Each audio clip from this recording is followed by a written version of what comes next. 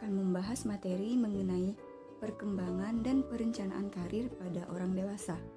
Nah, materi pada hari ini ditujukan untuk kelompok dewasa muda, yang mana kelompok usia dewasa muda adalah antara 18 tahun sampai dengan 40 tahun. Di sini saya akan membuatkan materi untuk kelompok anak SMK kelas 12 yang sudah lulus dan tidak memilih untuk kuliah, melainkan memilih untuk langsung bekerja. Nah, dalam melakukan persiapan pemilihan karir, pasti akan ada satu pertanyaan yang muncul, yaitu karir apa yang tepat untuk saya? Untuk menjawab pertanyaan itu, maka ada beberapa hal yang perlu dipertimbangkan. Yang pertama yaitu personality atau kepribadian. Nah, dari sana kita akan melihat apakah ada kecocokan antara kepribadian Anda dengan karir pilihan. Hal ini memiliki dampak yang signifikan pada apakah Anda menemukan pekerjaan yang dapat membuat Anda merasa terpuaskan. Ada dua aspek utama yang harus dipertimbangkan.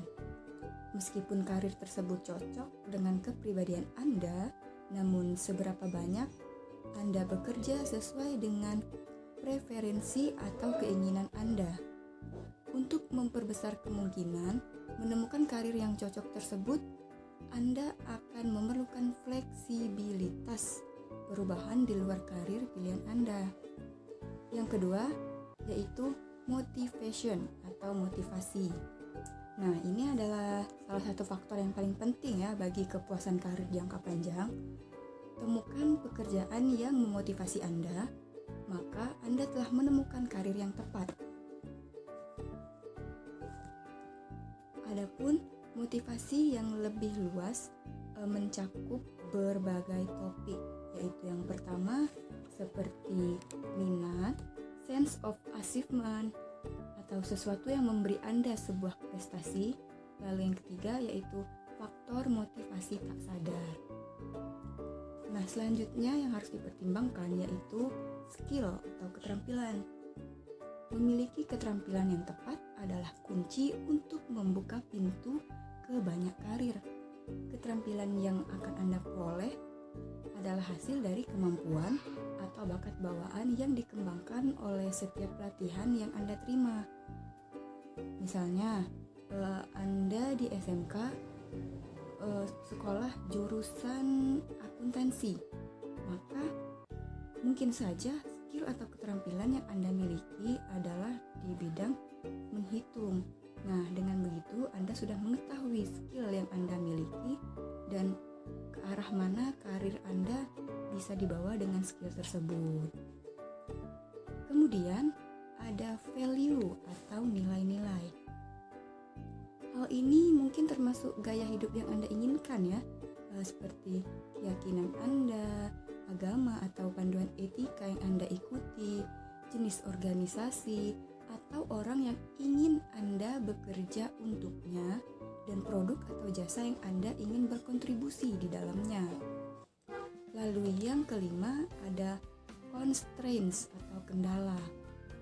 Nah, kendala ini termasuk komitmen keuangan atau keterbatasan, lokasi geografis di mana Anda dapat bekerja, tanggung jawab keluarga, cacat fisik atau pembatasan, serta kualifikasi atau pendidikan Anda. Lalu kemudian ada ambition atau ambisi. Apa tujuan jangka panjang Anda? Itu adalah pertanyaan untuk menemukan jawaban di poin ambisi ini ya. Ini mungkin termasuk pertanyaan seperti bagaimana dan kapan Anda ingin memulai menikah, berkeluarga, dan menetap. Lalu yang kedua, apakah Anda menginginkan satu pekerjaan tunggal seumur hidup Anda atau memiliki pilihan untuk mengubah karir? Nah, itu tadi adalah poin-poin atau hal-hal yang perlu dipertimbangkan dalam menentukan pemilihan karir. Selanjutnya, ada beberapa pemilihan perencanaan karir untuk Anda yang lulusan SMK dan memilih untuk langsung bekerja. Yang pertama yaitu bekerja, yang mana hal ini mungkin dipilih setelah melihat kondisi ekonomi keluarga yang kurang mendukung untuk melanjutkan ke pendidikan yang lebih tinggi seperti perguruan tinggi, atau mungkin karena keinginan adik sendiri atau keinginan saudara sendiri agar segera mandiri secara ekonomi. Nah, untuk pilihan ini pertimbangkanlah lapangan kerja yang tersedia.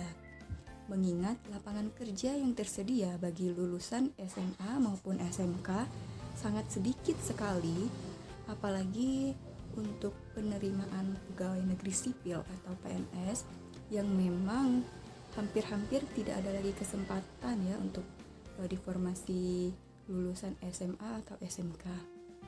Nah, karena itu perlu melihat lapangan kerja seperti apa yang menerima lulusan SMA ataupun SMK. Biasanya yang masih menerima lulusan SMA atau SMK itu adalah perusahaan swasta untuk posisi customer service, office boy, cleaning service, dan administrasi. Nah, untuk saudara yang lulusan SMK, biasanya lebih sesuai dengan jurusan SMK-nya. Misalnya seperti lulusan SMK otomotif dapat bekerja di bengkel-bengkel motor atau bengkel-bengkel mobil. Lalu yang kedua yaitu membuka usaha sendiri.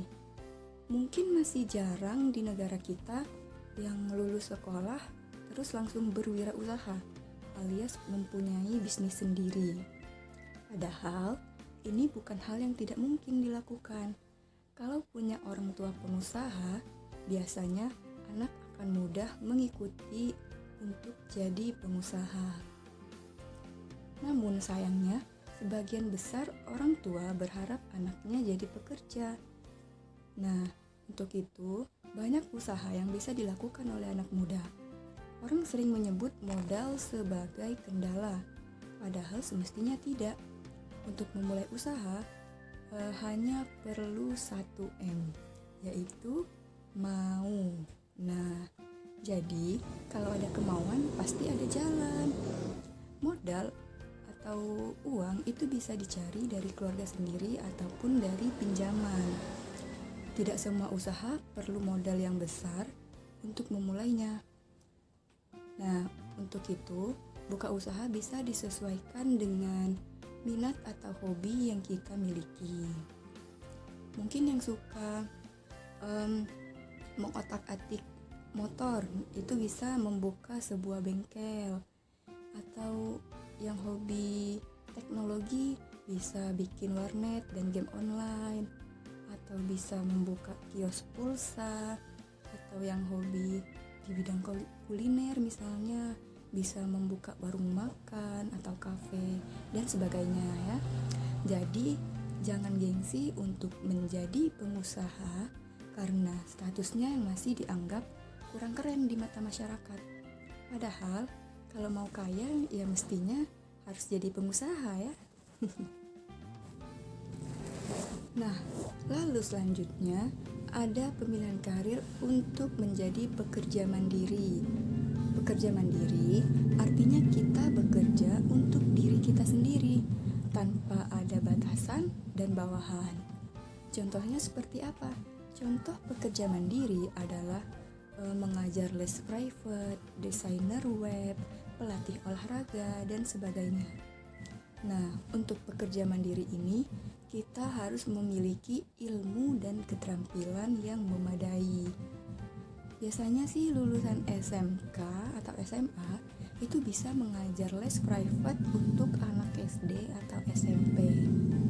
Namun, sebelum itu tentu kita harus tahu dan menguasai bahan pelajaran apa saja yang dipelajari oleh anak-anak. Hal ini tidak memerlukan modal, hanya perlu mencari murid di sekitar tempat tinggal. Nah, untuk promosi bisa dilakukan dengan menyebarkan brosur ke sekolah terdekat atau ke rumah-rumah yang punya anak usia sekolah. Bagi mereka yang punya kemampuan desain web, bisa menerima order pembuatan website. Ini untuk khusus lulusan SMK yang berada di jurusan IT ya. Mereka bisa membuka jasa pembuatan website. Dan hal ini pun modalnya cukup mudah dengan hanya modal komputer dan koneksi internet. Lalu Anda bisa mulai bekerja sendiri. Nah, yang terakhir adalah cara agar sukses dalam pemilihan karir. Yang pertama yang bisa dilakukan adalah sikap positif ya. Pelajari bagaimana cara bersikap yang baik. Yang kedua yaitu percaya diri. Dengan percaya diri, Anda bisa memahami cara mengeluarkan potensi diri dengan mengidentifikasi kemampuan dan bakat pribadi. Lalu yang ketiga, ada kebiasaan positif. Untuk itu, hilangkanlah kebiasaan-kebiasaan negatif dalam hidup Anda dan mulai identifikasi berbagai cara yang dapat membuat hidup Anda semakin mudah untuk dijalani. Yang keempat, buat pilihan yang tepat antara keseimbangan kehidupan kerja dengan kehidupan pribadi. Nah, yang kelima, gunakan imajinasi kreatif, perluas kemampuan Anda untuk menyelesaikan masalah. Lalu yang keenam, gigih. Nah, ini Anda perlu ya. Anda perlu menelusuri sebuah kemajuan dari berbagai proses yang telah dilakukan. Tingkatkan fokus pada apapun tujuan yang ingin dicapai. Jangan lupa menambah koneksi dan selalu bersyukur terhadap berbagai pencapaian pribadi. Yang terakhir, punya tujuan. Nah, ini adalah termasuk poin penting ya. Bedakan antara keinginan dan target yang harus dicapai ketika berkarir. Buatlah sebuah komitmen, rencana, dan mulai beraksi. Pastikan Anda sampai ke target-target yang harus dicapai. Nah, demikianlah penjelasan materi kita pada hari ini. Untuk penugasannya, silahkan Anda buat catatan atau tulisan mengenai pilihan dan perencanaan karir Anda, lalu akan kita bahas di pertemuan sesi berikutnya. Terima kasih. Wassalamualaikum warahmatullahi wabarakatuh.